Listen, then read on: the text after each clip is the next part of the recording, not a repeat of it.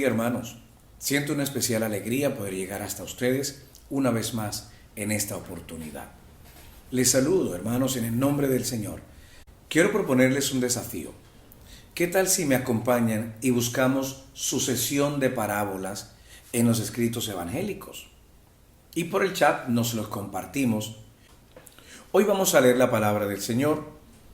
En el libro de Lucas, capítulo 15, vamos a mirar el versículo 11, que textualmente dice: un hombre tenía 2 hijos.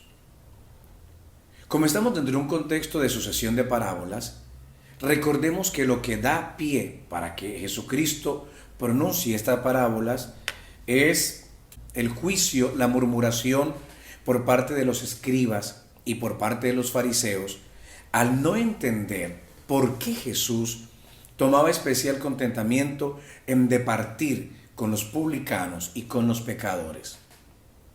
Jesús le responde de 3 maneras. Primero, señalando de un hombre que pierde una oveja de entre 100. En segundo lugar, una mujer que pierde una moneda de 10. Pero ahora se acerca mucho a la realidad de todos y le habla de un padre que pierde un hijo de 2.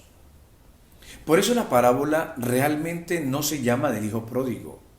La Biblia comienza su relato diciendo un padre tenía 2 hijos. Porque el énfasis no es en el hijo, el énfasis es en el padre. Así como en la primera parábola, el énfasis no es en la oveja que se pierde, sino el pastor que la busca. Y en la segunda parábola, el énfasis no es en la moneda que se pierde, sino en la mujer que busca su moneda. Así, en esta parábola, el énfasis no es en el hijo que se pierde, sino en un padre que pierde un hijo. Desde esta perspectiva, entonces tenemos 3 actores importantes en la parábola: el padre, el hijo vagabundo que se va y el hijo mayor. Miremos un poquito la actitud de cada uno de ellos y nos vamos a enriquecer.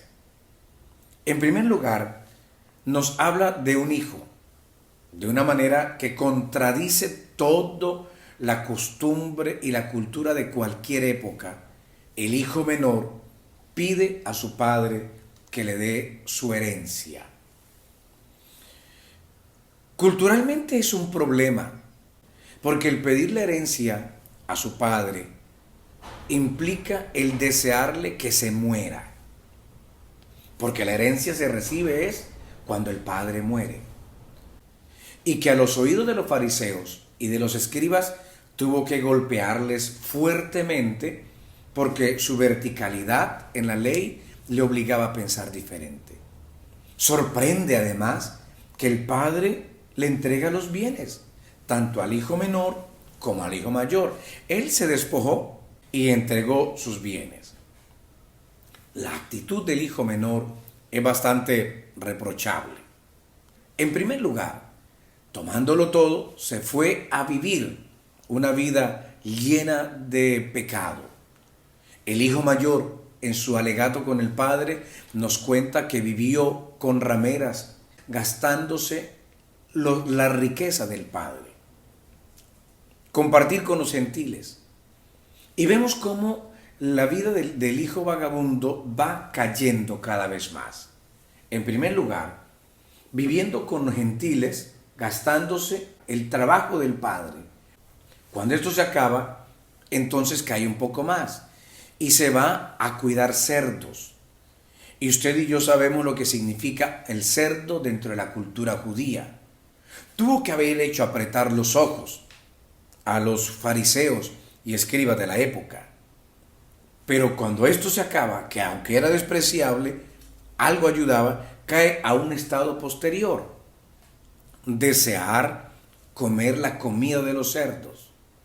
Es un estado realmente extremo en el cual Jesús en su relato lleva a este personaje, de tal manera que está llegando a los límites impensables para el ser humano, y la actitud de este hijo contumaz y rebelde. Sin embargo, presenta al hijo tomando una actitud que sorprende, y es que él toma la decisión de regresar.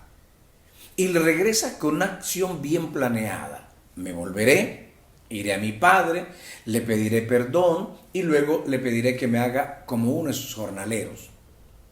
En la estructura de las palabras griegas, le dice que le haga es mistios, porque habían varias categorías de esclavos. Entre los judíos habían esclavos de esclavos. Estaba el esclavo dulos, que era casi como un miembro de la familia, aunque era un esclavo. Había otro esclavo que era país, el cual era el esclavo del esclavo dulos. Y todos ellos pertenecían a la casa del padre. Pero había otro, que era el esclavo mistios, que era el que menos oportunidades y derechos tenía, el cual sencillamente trabajaba por su comida y no tenía ningún derecho ni ninguna responsabilidad. Eso era lo que pidió el hijo vagabundo. Pero miremos ahora la escena del segundo hijo, el hijo mayor. El hijo mayor golpeó más fuertemente a la cultura de los oyentes de la época que aún el mismo hijo menor. Porque el hijo mayor no solamente es mayor, era el primogénito.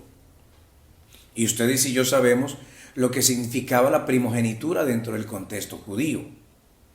Así que actuó de forma igualmente y peor que el vagabundo.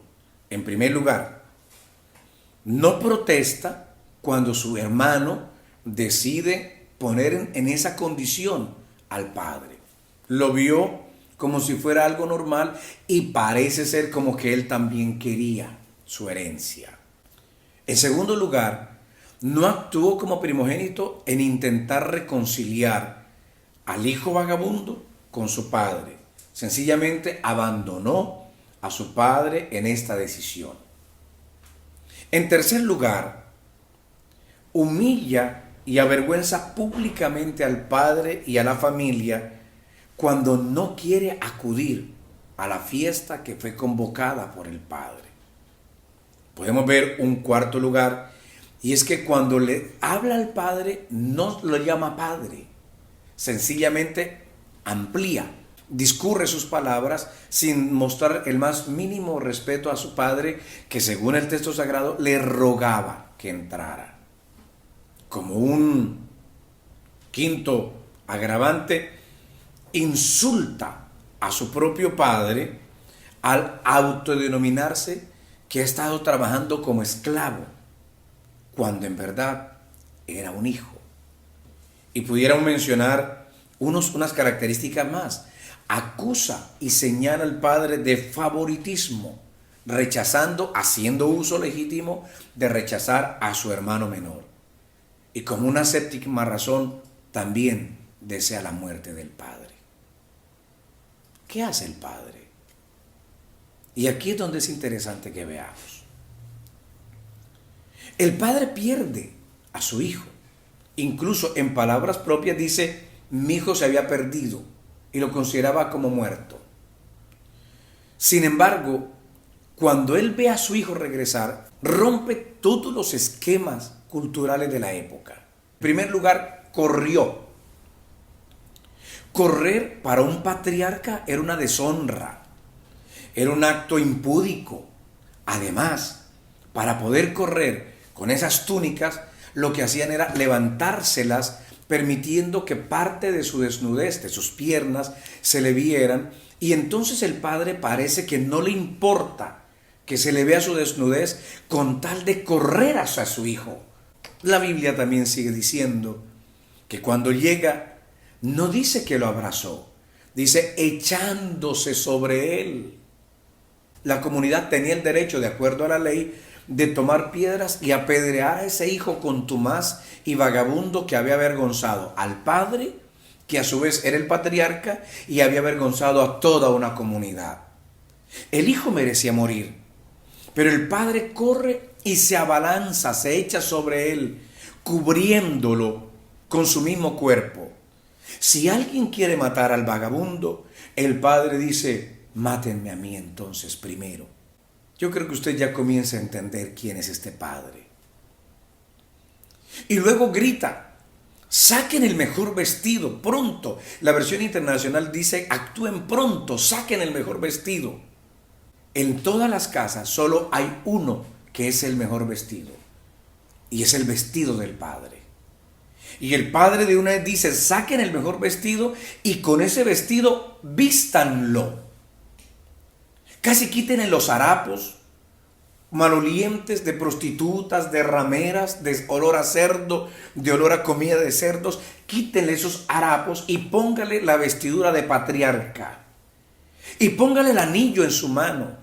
Y sus pies polvorientos, sucios y descalzos, ahora cálcenlos.